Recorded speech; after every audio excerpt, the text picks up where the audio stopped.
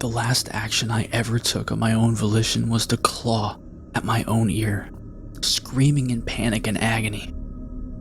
The parasite had waited until I was asleep to make its move.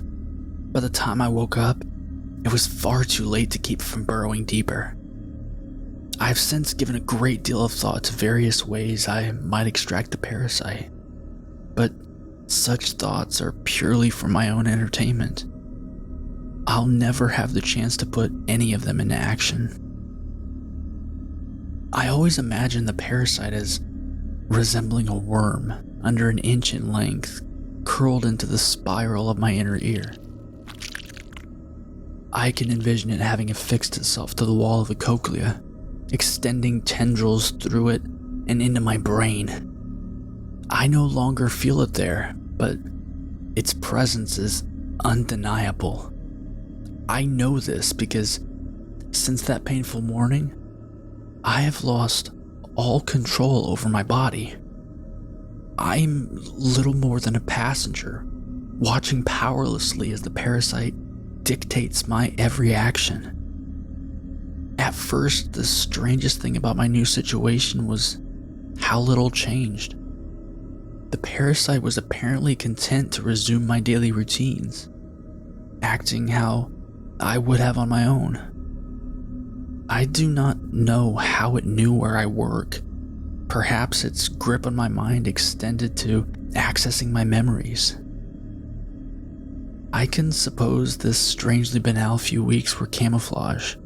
If I began to behave erratically, someone might have noticed that something was amiss. I don't think it necessarily needed to worry about this, to be honest. I live alone and have few friends, so I don't know who would have noticed any changes in behavior or cared enough to take action. Maybe this is why it chose me as its host. The variations from my own routine began in small ways. The first incident I noticed was a trip to a hardware store, where I bought a tape measure. Little trips like this became increasingly common over the second month of my possession. It never visited the same store twice, and it never bought more than 1 or 2 small items. Duct tape, scissors, zip ties, a raincoat, gloves. I could only speculate on the purpose of these purchases, but without having to take part in any of my own life, I had plenty of time to speculate. One of my darker theories was proven correct when it murdered someone. He was one of my coworkers at the pharmacy, although we'd barely ever spoken. He was perfectly talkative, always chattering away with the others about conspiracy theories and his own inane ideas about philosophy and the afterlife. As a human, I was too much of an introvert to ever react to him much, so I suppose he found me boring. One Saturday, at the end of a particularly tiring shift, the parasite stayed on the clock just long enough to see him leave, then discreetly followed him out of the building. He lived close enough that he commuted by foot rather than by car, walking along the edge of the woods towards his neighborhood. He had his headphones in, so he was completely oblivious as I crept up behind him. The moment he became aware of my presence was when the scissors pierced the side of his neck. He tried to speak, or perhaps scream, but no voice came from him. Instead, merely opening and closing his mouth like a suffocating fish. He slumped to the ground, bleeding onto the gravel of the path, and I quickly pocketed the scissors and went on my way as if nothing had happened. Nobody had seen it happen. At first, I was struck by how easy it was to kill someone. I always imagined that murdering someone would be a long, messy affair with the victim flailing and screaming and fighting back. The way my coworker died, it was as dramatic of a confrontation as unscrewing a light bulb. One moment he was a man, the next he was meat. Is it always like that, or is the parasite simply an expert at killing? Never having taken a life of my own volition, I couldn't say. The parasite's actions and intentions were, and still are, completely opaque to me. When I returned to work the next day, I was sure that there would be a cloud of fear and paranoia suffocating the workplace, but everything was the same. Nobody had reported the murder. The only thing out of place was there was a little less monotonous chatter during my breaks. It was one of the more pleasant days I've had at work. The second person the parasite killed was an old lady who lived in my apartment complex.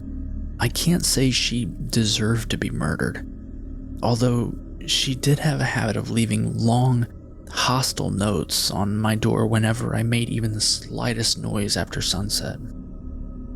Getting into her apartment was a simple affair. I simply knocked on her door, and when she started to crack it open, I shoved it forcefully, knocking her over in the process. A little duct tape over the mouth kept her from raising a fuss, and with that, there was nothing to prevent the parasite from its bloody work. I'll spare you the description of the torment the parasite subjected her to, although I confess I was impressed with its sadistic creativity. The end result was the same as its first victim. A person became a thing, and the world was none the wiser as to the identity of her killer. As a helpless spectator in what I was beginning to think of as the parasite's body more than my own, I found myself looking forward to the killings. My ordinary life was so achingly dull, even when I was in control of it. So having to watch someone else go through the motions was almost unbearable. The murders, however, gave me something to look forward to. Who was it planning to kill next? What was its plan for evading detection? I had a front row seat to a series of murder mysteries that the world seemed powerless to solve. I alone knew the horrible secret of their alien perpetrator. The best part of the whole affair was that it never seemed interested in killing anyone I liked. Each time it took a life, it was someone who would scarcely be missed, and my own life became a little bit more comfortable. Taking the train home, I can barely hear myself think. A homeless man has set up a keyboard in the middle of the car, playing discordant notes and hollering about Jesus and harassing everyone around him for money.